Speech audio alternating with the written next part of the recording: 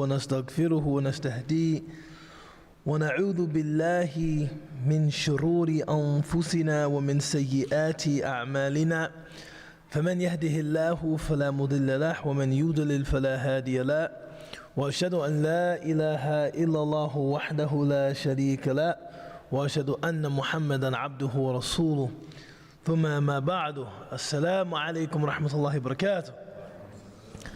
Of course, today is election day.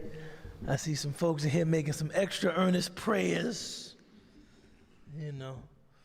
and thinking about this as a night in which I don't think the results will come out until the end of the week, but nonetheless, this is still a night in which something consequential for us, and perhaps more importantly, for our brothers and sisters in Iran and in Gaza and in Lebanon will be decided.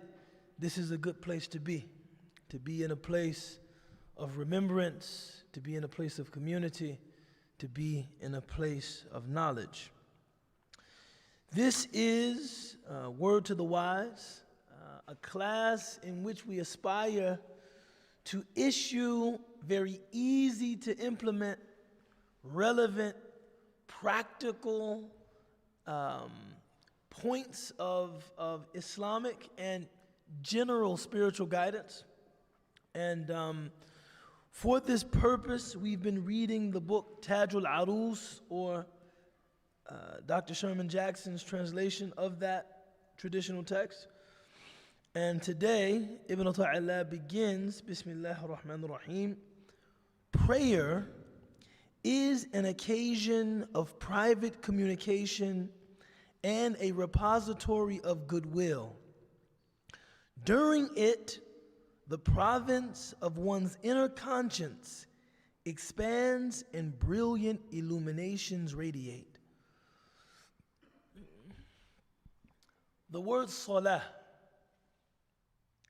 comes from the same word as sila, or connection. And your prayer, the prayer that you offer to God, is an essential expression of your submission to God. And it was the essential component of what the Prophet sallallahu alaihi wasallam lived, taught, and embodied. Once a person came to him and said, I want to embrace Islam, but the praying is too much for me, right? And this, subhanAllah, some of us can identify with this, because if you have learned about prayer, like I learned about prayer growing up, prayer is your private communication with God. The way that I learned prayer was mostly dua. It was not a ritual prayer, something for which one had to perform ablution and then face the northeast and do it 5 times daily. It was something we usually did before bed, or something we did right after waking up, or something we did very briefly before eating. So a ritual prayer, having a commitment to regular praying, can represent a transition for many of us. And such was the case in the time of the Prophet sallallahu alaihi wasallam. A man said, this praying is just too much for me. Is there any way you can relax this condition of being Muslim? And the Prophet ﷺ said, no, because religion without prayer contains no goodness. Our tradition is one in which there is never, or I can't say never, but there are very few excuses for which one cannot pray. So that if you are physically incapacitated, you can pray just with if you can't stand, you can pray while seated. If you can't sit, you can pray while lying down. If you can't pray while lying down, you can pray just with your head. If you can't pray with your head, you can pray just with your eyes. And if you can't pray with your eyes, then we're praying for you. Right? We're praying over you. Right? There's never an excuse to leave the prayer. I was studying the chapter of prayer with a teacher of fiqh. And I asked him, I said, give me just a brief reflection of something that will express the centrality of prayer to Islam. I will never forget what he told me. It's going to scare you because it scared the heck out of me. He said, if you had never made Hajj before, like you were someone that wanted to fulfill the religious obligation of traveling to Mecca during Dhul Hijjah to make Hajj. You had the money, you were physically able to perform the pilgrimage, and you had resolved, you had azima, you had the will to perform the pilgrimage. If getting there would entail, by necessity, missing a single prayer, then Hajj is not your wajib. Do you understand what I'm saying? If to get to Mecca, you can get there to make Hajj, but you'd have to miss a prayer, then don't worry about it. Hajj is not something you will be held accountable for. The way is not clear for me. Because to get there, I would have to miss an asr. So Hajj is not my wajib. She's looking like, no, my sister right here's looking at me like, wait, what? No, this is like hardcore fiqh. That if a person wanted to make Hajj, I'm gonna say it one more time. They had the money, they were physically capable, but to get to Mecca, by necessity, they would have to miss a prayer. Hajj is not their wajib, meaning it's not your responsibility. You're not legally responsible for making Hajj. You're not legally responsible for making Hajj until you can get to Mecca without missing a prayer. I was like, dang, we take all these flights, we miss all kinds of prayers getting to Mecca, right? And he wasn't saying, I'm not like, don't cancel your trip to the Tatlif Umrah. He was only trying to elucidate for me the centrality of prayer in our religion. This was something the Prophet ﷺ would not dispense with ever in his life, was praying, being in regular communication with Allah. And here, he says, it is a repository of goodwill. By which he means Allah allows you to approach him through prayer. Sometimes I think to myself, what if we had an intrinsic sense that God exists, but we knew nothing about how to access that God? Imagine how frustrating that would be. You know, I was giving a lecture at it's a place in New York. This is how you know you've been doing this for too long. Binghamton University. I was giving a lecture at Binghamton University. And someone in the audience asked me, what is the most difficult part of being a Muslim? And just by the way he said Muslim, right? I'm a good actor. See, I didn't, el-Muslimu. No. I'm going into his voice. What is the most difficult part of being a Muslim? And I think I said something like eating halal. No, I'm just kidding. That's not the most difficult. Chicago does have some good restaurants, though, boy. If you know. No, I think I said guilt, right? That, you know, I'm still as flawed and as fallible as I was before I became Muslim. But before I became Muslim, I could enjoy a lot more with no guilt. I was almost oblivious to the wrong that I would do. So it was just fun. Like I could really do something crazy, go home, go to sleep, and be itching to do the same thing tomorrow. Like wake, no guilt, no heavy heart, no sorrowful prayers, no tears, just like, yo, we gotta do that again.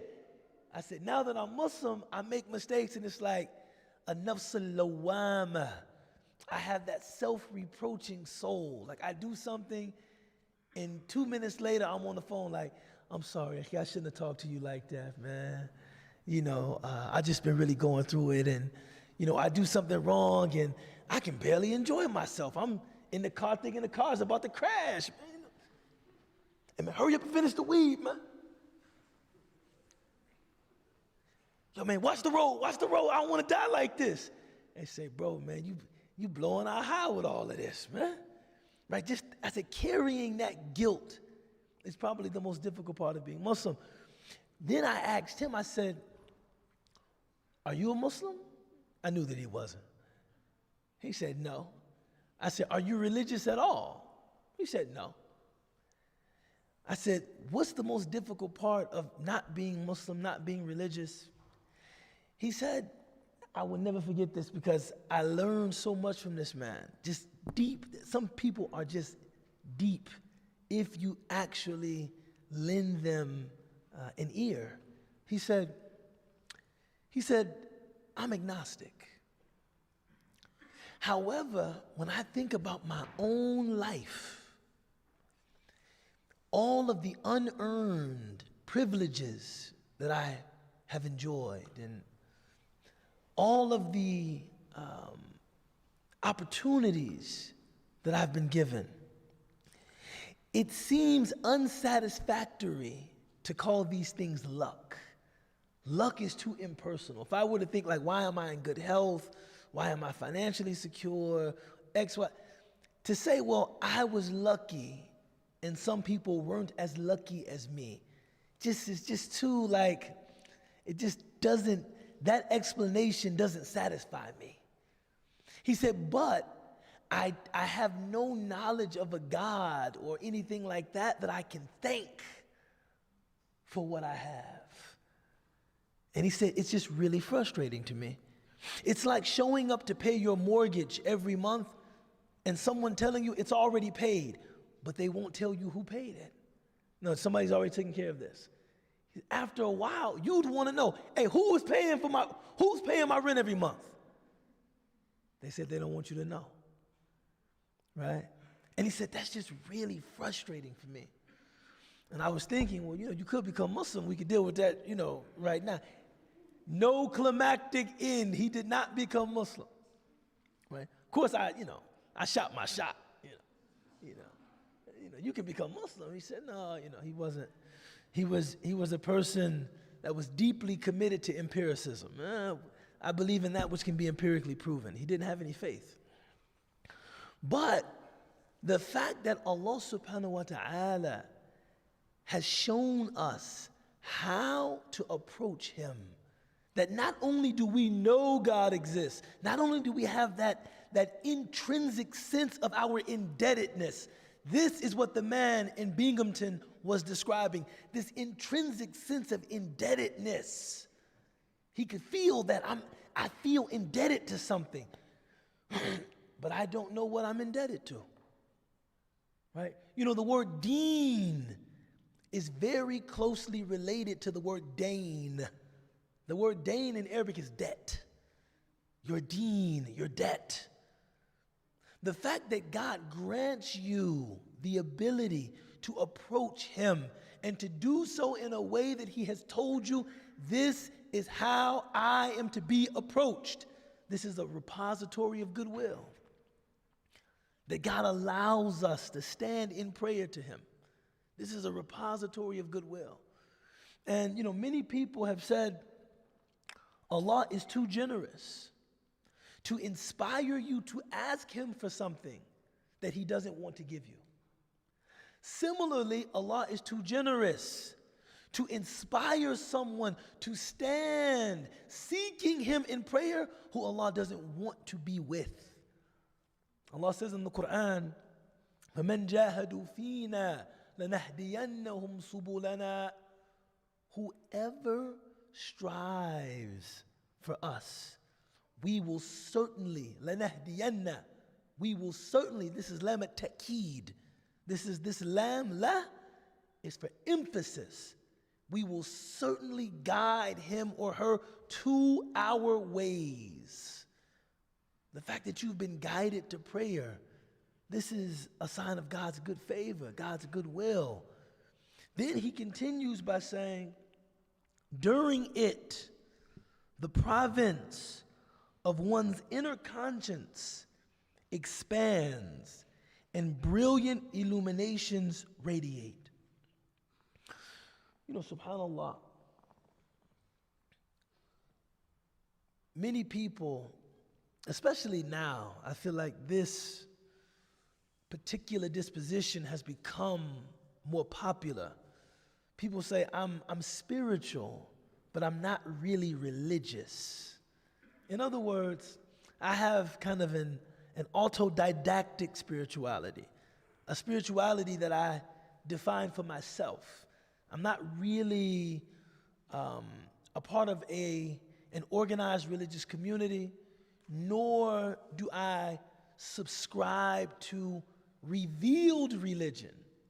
But I do have a sensitivity and awareness to the non-material aspects of life. And this is something that should be applauded. MashaAllah. That's a start. But I would remind them, you do realize that the word ritual is inside of the word spiritual. That's very simple. But the word ritual is inside of the word spiritual. Because it is only through ritual that you can move beyond the self. Right? Even that person that has developed for him or herself a commendable or impressive spiritual regime. I like walking on Lake Michigan. I like helping out at Ames, the animal, what do you call that place? Yeah, Ames is dog food. What am I talking about? You can tell I'm not a pet person. I like helping out at Paws. I go and I donate my time to those that are less fortunate. All of this is commendable. All of it. Everything. The Prophet sallallahu alaihi wasallam said, every act of kindness shown to any living thing is recorded as a good deed for you. He even told us, alayhi wasallam, that there was a woman who imprisoned a cat. She tortured this cat. She didn't feed the cat. She didn't give the cat drink. And she didn't let the cat roam about the earth so that it could feed or satiate its own thirst. And Allah took her to account for how she treated this cat. Then he told us of another woman who, although working as a prostitute, saw a dog that was thirsty. She had a drink from a well of water, and she looked at the dog. It was sticking its tongue out. And she said, this dog is thirsty like I'm thirsty. She filled up her shoe and went and gave the dog some water. And the Prophet ﷺ, in the Hadith al-Sahih, said Allah forgave all of her sins just because of her act of kindness to a dog. This is the mercy of your Lord. So I'm not making light of a person that has their own spiritual regime, their own spiritual regiment that includes, communing with nature and being with animals and serving people. But one fact is indisputable. These are still self-directed, self-dictated activities. This, you're doing what you want to do.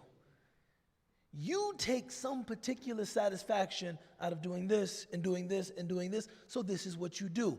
So even in your spiritual quest, your spirituality is indistinguishable from yourself. It's good. You have a good self, mashallah, but it's still indistinguishable from yourself. I do what I want to do. Ritual is about moving you away from yourself. And this is why Allah subhanahu wa ta'ala, the Prophet ﷺ said, one of the signs of sweetness in your iman is that you begin enjoying what God told you to do. But it doesn't start like that. When it starts out, man, it's a struggle. You know, I embraced Islam 16, 17. Those prayers,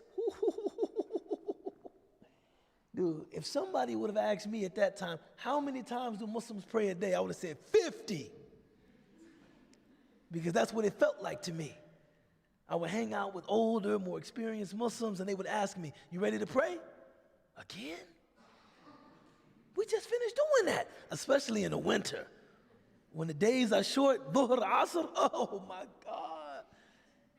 You know, I mean, I would lie about my wudu. You got wudu? Yeah. Ready to go? Yeah, yeah. You just came out the bathroom.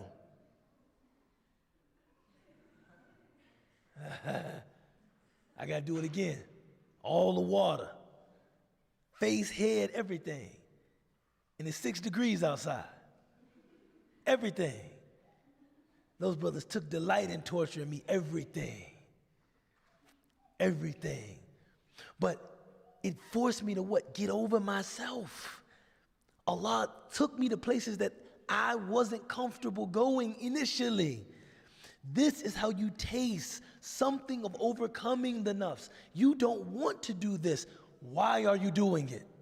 Because you believe that God told you to. That's love.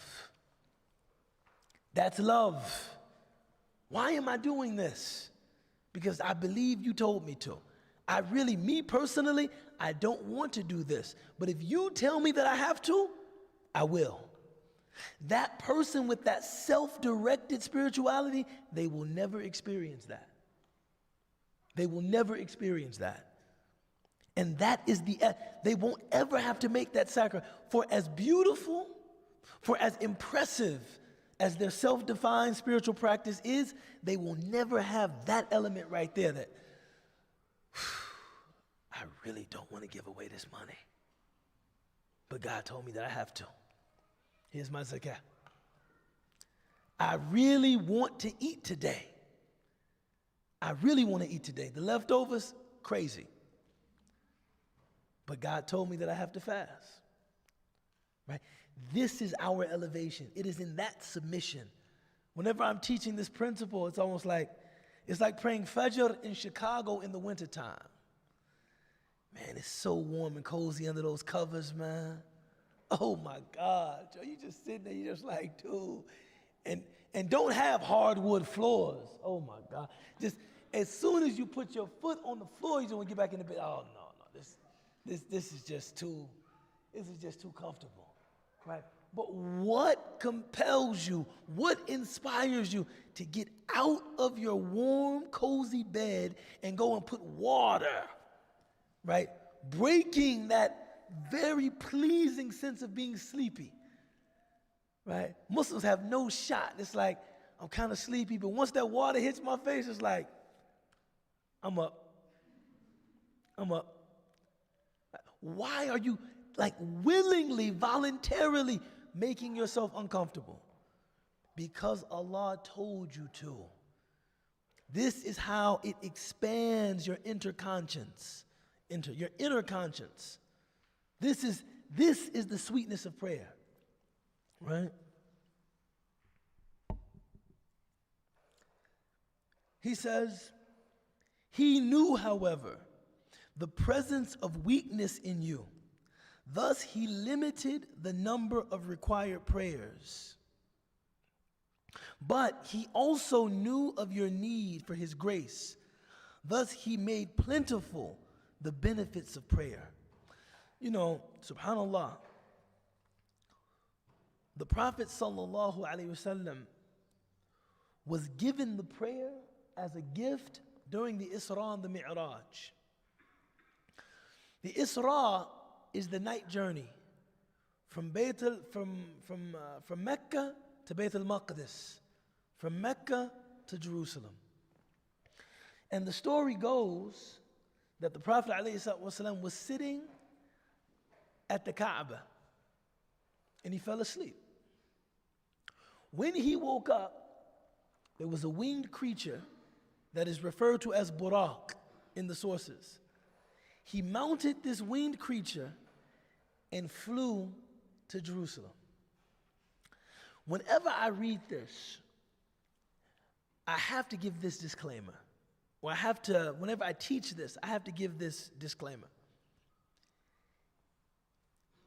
When you read things like this, do not think of people in the past as just being utterly credulous, so superstitious, so pre-scientific that they would believe anything. That's not true, actually.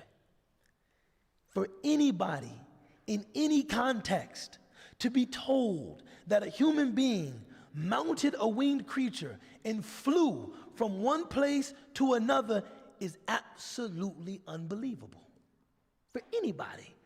Some people hear about people in the past and think, yeah, you probably could tell somebody in the pre-modern period anything. This is not true.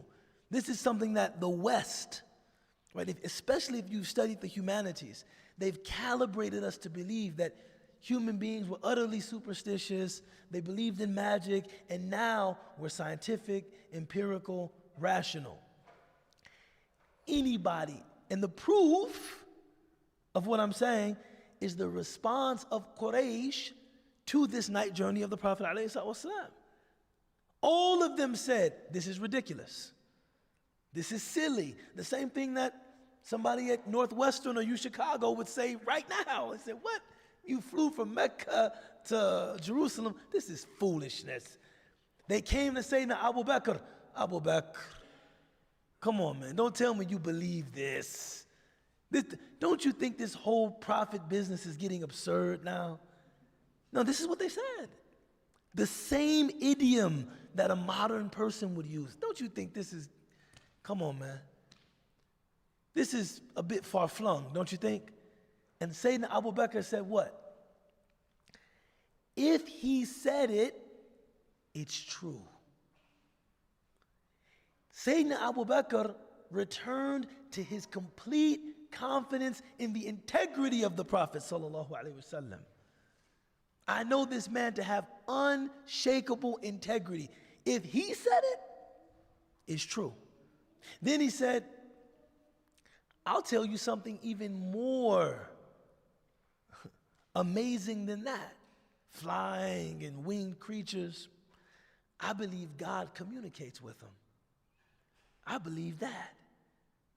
And they say this was the day that Abu Bakr became a Siddiq, the one that affirmed truth with his life. Then I'll tell you something more. You think that's amazing that he went from Mecca to Jerusalem? I'll tell you something more amazing than that. I believe the creator of the heavens and earth communicates with him. And if he said it, I believe it. I looked at this later and I said, the major difference between people like Abu Bakr and people like the people from Quraysh is that with humility, they were prepared to accept things that were unprecedented.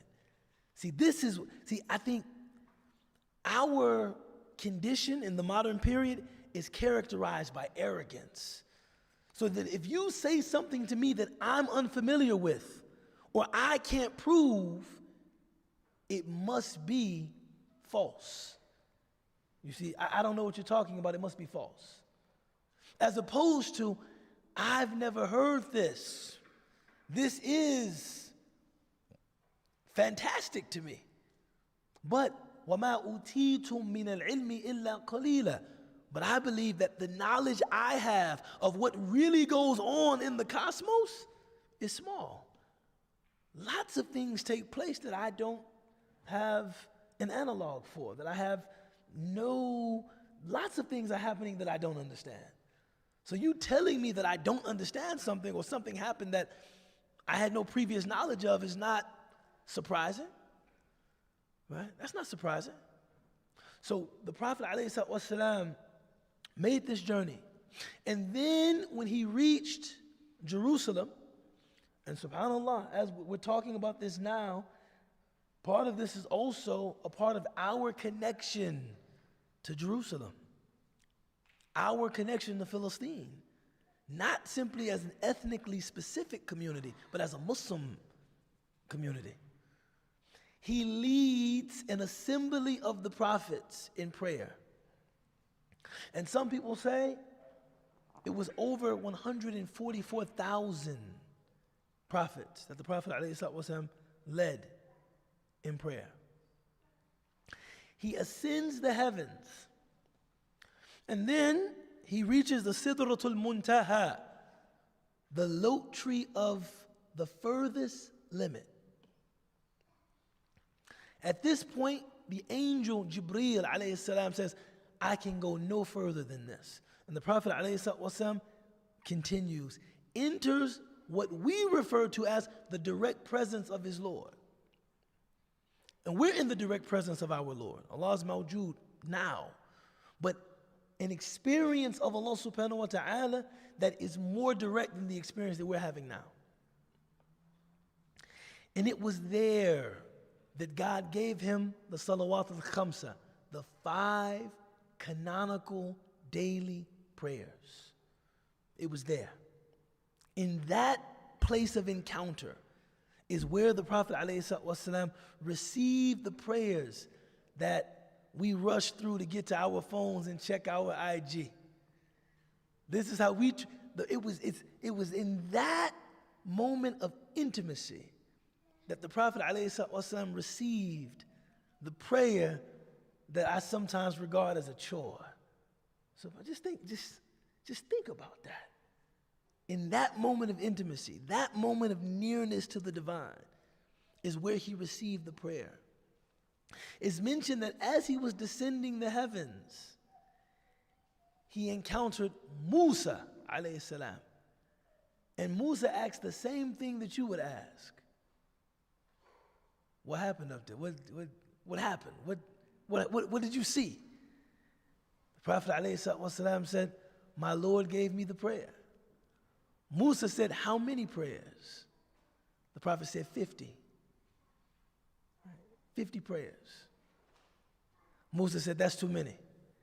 You have to go back, ask Allah to reduce the number, because people will never be able to pray 50 times a day. And then it was reduced to 25. Then it was reduced to 10. Then it was reduced to 5. Some of you are looking like you're going to learn something new tonight. No more reductions after 5. Like, wait, keep going down to 2. And Allah subhanahu wa ta'ala revealed to the Prophet ﷺ that the number of the prayers will remain 5, but for anyone that does them, I will give them the reward of 50. So if you maintain those 5 prayers, the reward you get is like somebody that prays 50 times a day. Just those 5 prayers. La ilaha illallah. And he says here that Allah limited the number of prayers because he knew of weakness in us. But he made the benefit of prayer abundant because he knew of our need for grace. Continuing, next proverb, inshallah. He says, people praise you for what they think of you. You, however, should rebuke yourself for what you know of you. This is always, subhanAllah. I've never met anybody who doesn't like to be praised. Even people who pretend like they don't want you to praise them, they like being praised too. Everybody likes to be praised. Everyone. I've never met a single person that is truly agitated at praise. Now, I know some people that put up a pretty good performance. You know, if you say, this beautiful, very generous, very hospitable, no, astaghfirullah, astaghfirullah,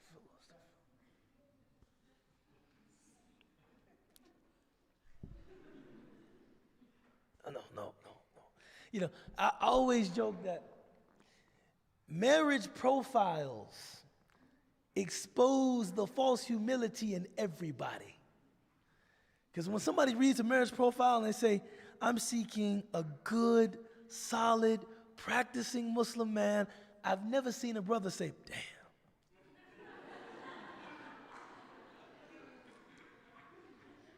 I thought we had something. Until she said she wanted a good person. I guess I'm out. Never. Everybody who reads it says what? Yeah. Seeking good, solid. Yeah. I'm the one. I'm the one she's looking for. Definitely won't respond to this one. You know, everybody likes to be praised. What's amazing about how badly we need validation is that we will even accept praise for things we know are not true about ourselves. I mean, I'm only telling you because I've done it. Right? I mean, people saying things I know aren't true, and you're just eating it up. You know, and this is becoming too autobiographical. But the funny thing is when you say, no, that's not true, the person thinks it's just like false humility. They think, oh, no, you're really thinking, no, that's not true. But you say, no, that's not true, you know.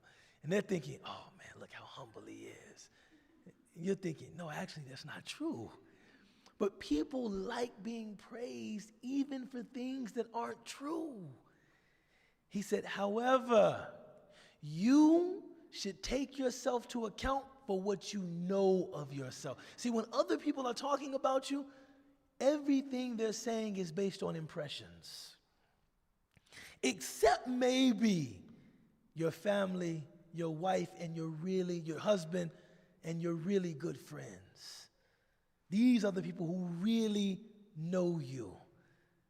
And this is why when you're being praised, they have the strangest look on their face. Like, you know, this very understanding, considerate brother, and my wife's like, a little bit, you know, so he's trying, right? These are people who really know you, right? But you actually know yourself. And this is,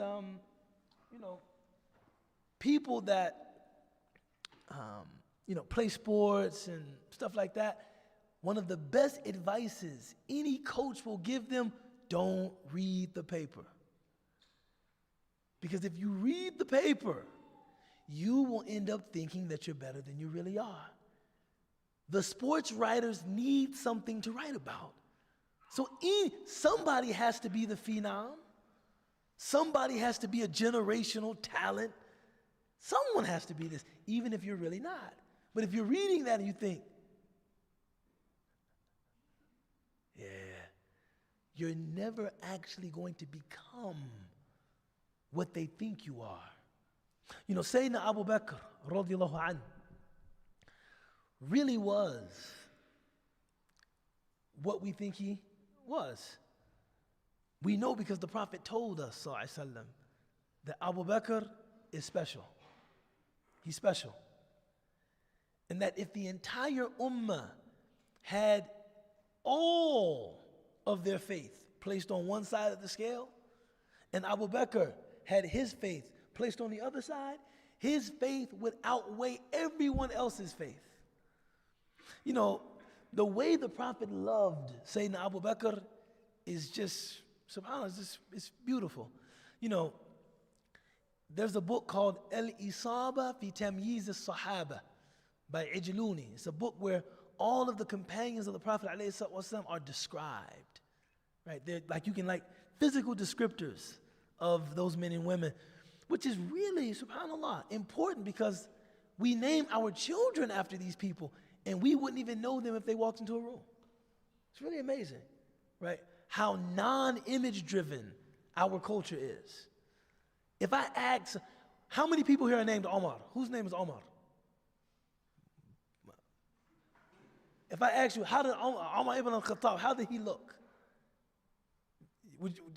Have you ever heard him described? See that?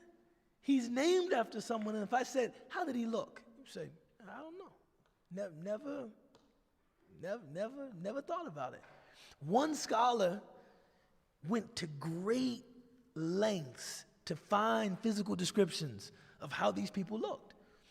And he said that Sayyidina Abu Bakr was ahdab, which means he was hunchbacked. Like his back was like, he walked around like that. Like his back was ahdab. Like his back was like that. Right? Even gives him a little avuncular charm, just makes him, Sayyidina Abu Bakr had a hunchback. And so the Prophet ﷺ didn't like something called isbal. Isbal was this showy practice that people of means, people that had money, would wear their pants very, very long. And this was like a very intentional flaunting of one's wealth, right? That you had so much money that you could put excess fabric on your lower garment and you could walk around and just like wear it out. It's kind of like when you see the train on the wedding gown. But people would wear the lower garment very, very long, even men. And the Prophet ﷺ, he didn't like this. So he said, what is below the ankle is in the fire. Meaning what is below the ankle, he just said it generally. Like what is below the ankle is in the hellfire. And this is why you see some young men wearing their pants like that, walk around and got his joint up to his shin and everybody is a deviant, understand me? You know what I mean? He said, what is below the ankle is in the fire. Now, because Sayyidina Abu Bakr walked around like this, his lower garment was always beneath his ankles because he was hunched over. So someone said to him, Abu Bakr wears his like that. The Prophet said quickly, Huwa laysa minhum. Abu Bakr is not like that. Just that, he doesn't do, no. And this is why the scholars say, anyone who wears their pants long but doesn't do it out of arrogance, there's no sin in it. But some Muslims maybe don't know that yet, you know what I'm saying? Or maybe they just like that style, I don't know, you know what I'm saying? But anyone who doesn't do it out of arrogance, it's not sinful because the Prophet ﷺ, when he was told, Abu Bakr wears his like that, he immediately said, he just did, no, this is Abu Bakr. He has nothing to do with that, ostentatious quality, nothing. This is Abu Bakr. Once somebody came to him and said, Ya Abu Bakr, what did you do, man? For you to become who you are, what did you do? And Sayyidina Abu Bakr said two things. He said, one, whenever there was an ultimatum, not where you had two things that could be reconciled, but there was an ultimatum, and I could choose one thing that would benefit me now or something that would benefit me in the hereafter, in the afterlife. I always chose that which would benefit me in the afterlife. Right? If I had an ultimate, if it was one or the other. And he said, whenever people came to me praising me like you're praising me now, I would say, praise be to Allah for your good opinion of me. Subhanallah. How often do we do that? Think of people who think good of you and think that this is a favor that God has given you, not something you deserve. See, a lot of us, we think that people who praise us just have good eyesight. Like, if you're praising me, clearly your eyesight, your eyes are working. You know, when people give us compliments, we think, you noticed. An observant sister, mashallah. An observant brother, you're paying attention. No. When people praise you, thank God for their good opinion of you. You know, there are some people that are genuinely good people, and people think ill of them. Genuinely, people who really are good people, but people just don't esteem them. People dislike them. I've actually had people, you know, I always say that for Muslims, staying up late, like past Fajr, is like the Muslim equivalent to drinking together. Like staying when it's like 2 in the morning, all the inhibitions are lowered. And I've had brothers tell me, you know, Baydullah, when I first met you, man, I didn't like you. I said, SubhanAllah. You just seem too flashy to me, the cars and watches. I was thinking, how can somebody like this teach deen? Then I got to know you, and I said, you know, he's okay. Well, I said, damn, I liked you all along. You know what I'm saying? I always liked you, you know what I'm saying? But I guess I'm glad it came out. You know what I mean? I'm glad it came out. So you have some people don't like them. And it's not even legitimate. They just don't like them. That could be you. You could be exactly like you are right now and just have people not like you. I can't stand him. I can't stand her. It could happen. But it is Allah's favor upon you when people think good of you, when people hold you in high esteem, when your name is mentioned and people smile. Oh, mashallah, good sister. Mashallah, good brother. Abu Bakr said, whenever someone came to me praising me, rather than accept their praise as something I was entitled to, that's right, I would stop and thank God for how they saw me. SubhanAllah. That's just, SubhanAllah. I really could end right there, man. I would stop and thank God, man, thank God for how you see me. He would then say, but I know myself better than you know me.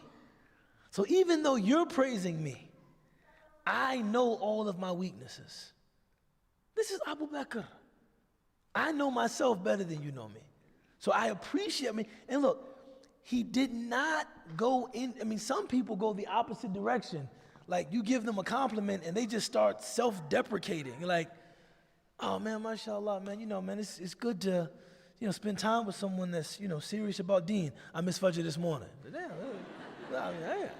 Hey, no, you have to, it's yeah, I'm just, you know, I'm in a premarital situation, you know, right now, but you want to make Maghrib? It's like, I didn't ask for all that, you know what I'm saying? I didn't ask for all that. And Abu Bakr didn't start like enumerating his sins. You don't have to do that. He just said, I know me better than you know me, right? I thank God that you think I'm a good person. You think I'm a good person, I thank God for that. But I know me better than you know me.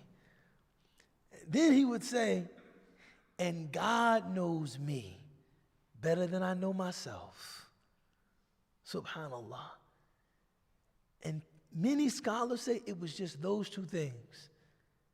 Either khuyira, if he was given the choice between something that would benefit him in this life or something that would benefit him in the hereafter, he chose the hereafter. And for all the praise he got, he never lost sight of who he really was. He never stopped working on himself. He never became arrogant. You could never convince him that he really was that person. You never could convince him of that. Yo, but he didn't demean people who praised him either. That's the other extreme, that people praise you and you don't even know anything about me, man.